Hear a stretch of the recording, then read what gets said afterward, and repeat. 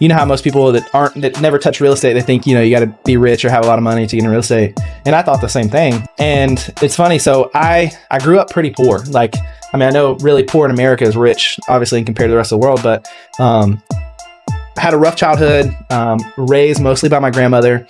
And I specifically remember she made like $16,000 a year as a cleaning lady at Marriott. Wow. I remember that because I had to help with figuring out finances and which bill do we pay this month and which one gets cut off. I remember those days.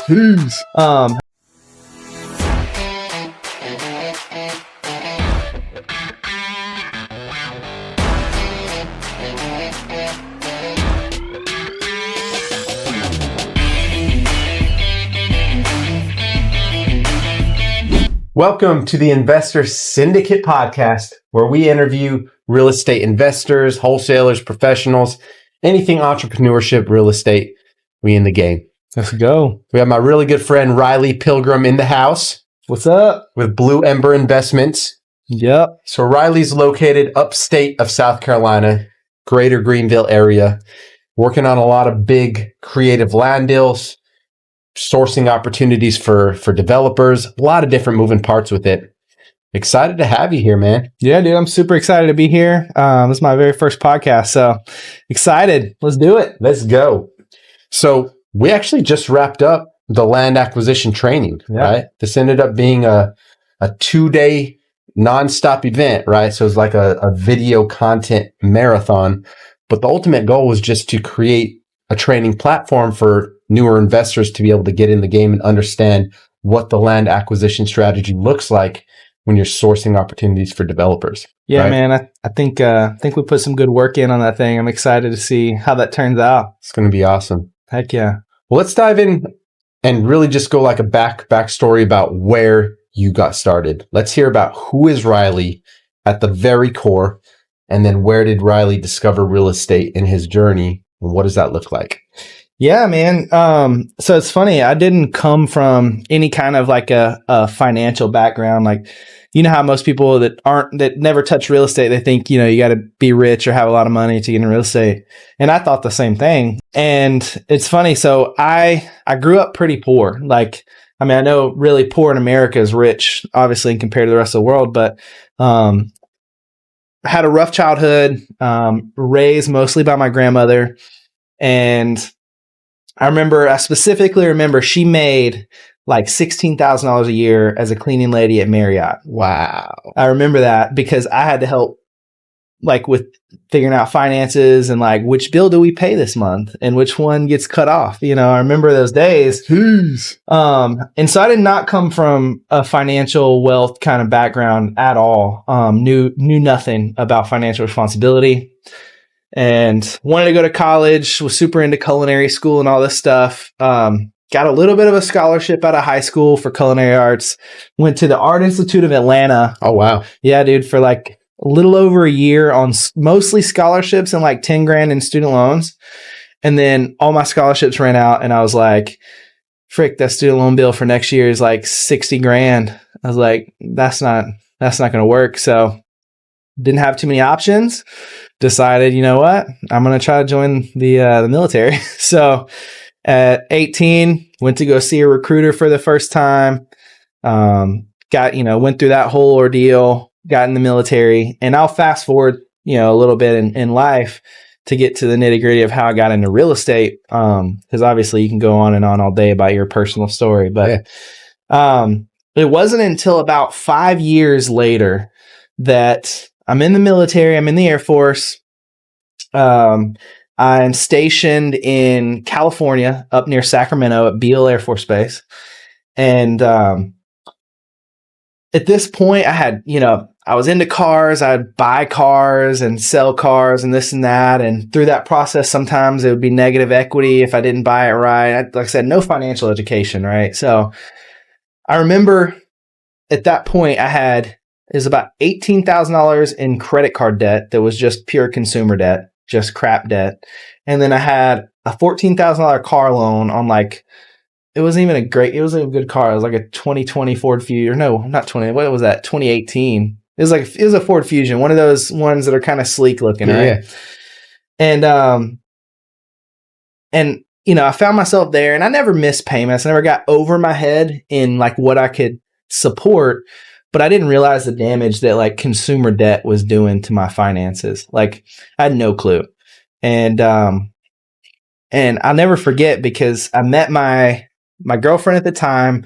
We started getting serious, and then we decided I wanted to propose to her, and so we got engaged. And the guy that ended up marrying us was a really good dude, trusted him a lot. And he said, if I'm going to marry you, I'm going to do premarital counseling with you guys. And through that process, he gave me a few books to read. Some of them were on like intimacy and this and that, but one of them was Rich Dad, Poor Dad. Wow. Freaking Rich Dad, Poor Dad. Straight through marriage counseling. Counseling. This guy gave me this book, and it kind of caught my attention because it was an old ratty looking book. Like it didn't, it's not impressive. Don't judge a book by its cover. Who's this Robert Kiyosaki guy? Yeah, who the heck is this dude with this purple book talking about Rich Dad, Poor Dad? So I cracked it open, read like the first 10 pages and could not put it down. And, I finished that book and I realized at that point, like, oh my gosh, dude, like, first of all, I have no idea what I'm doing. Second of all, I'm so deep in the rat race and I see no way out. And I'm the type of person where my brain just takes things to their logical conclusion when I first see something, right? My brain just goes and kind of follows the string of events to its logical conclusion. And after being enlightened with that information, I'm like, this isn't going to end well for me. If I continue down that path. Yep. I was like, I got to do something about this. And dude, that started a long journey of education, digging myself out of a deep hole, and eventually getting to where I am today. That is incredible, man. Yeah, dude. Wow. It was a journey. So that was like an aha moment, right? You start flipping through the page. Same thing. I read Rich Dad, Poor Dad, and I never turned back, right? Crazy how many people that book, dude, has changed their life. Yeah. You don't know how you're going to do it, but it's like that aha moment that real estate is the vehicle, right? Where you just got to commit to it. It's not going to be easy, right? The journey never is easy when you're committed to something that's larger than yourself. Yeah. But man, in its simplest form, understanding the difference between an asset and a liability. And I think the thing that I remember when I read it, real estate still seemed kind of far-fetched to me, right? Like buying rental properties. It just still seemed far-fetched, but that was also the first time I ever heard about the concept of leverage. And it kind of just clicked with me, like, oh wait, hold on. I just got to get a bank to loan me most of the money, and I just got to come up with a little bit. And as long as the rent payment covers the loan payment, then I own it and I'm making money off of it. I was like, that's crazy. Yeah. And that's kind of what made it feel like, okay, maybe real estate isn't so far-fetched, because business still seemed far-fetched to me. I felt like, if I got to start a business, I got to come up with some unique idea in this world. I can't do that. I don't know anything about stocks or bonds and nothing like that at this point. And I'm like, that's a lot to try to learn, but real estate is tangible. It's something I can see with my eyes. It just felt like all of a sudden a lot more approachable.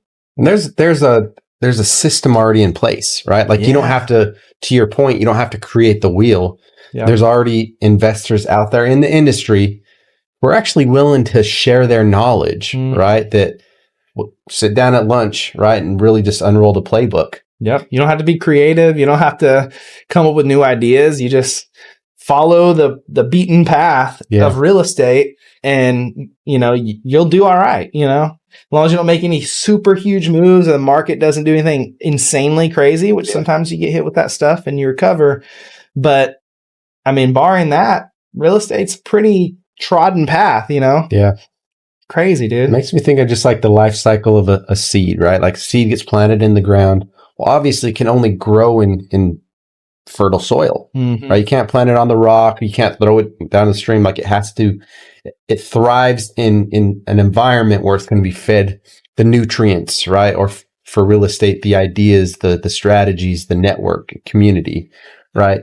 You can't grow to your true potential if you continue to stay in unfertile soil. True. Right? Or you continue to stay in the old patterns of thinking that you grew up thinking was the way to live life and grow and live in consumer debt because, just keeping up with the Joneses. Exactly. But once you shift your perspective, right, and you look at life in a different way, everything changes the moment that you make that decision. Yeah, dude. That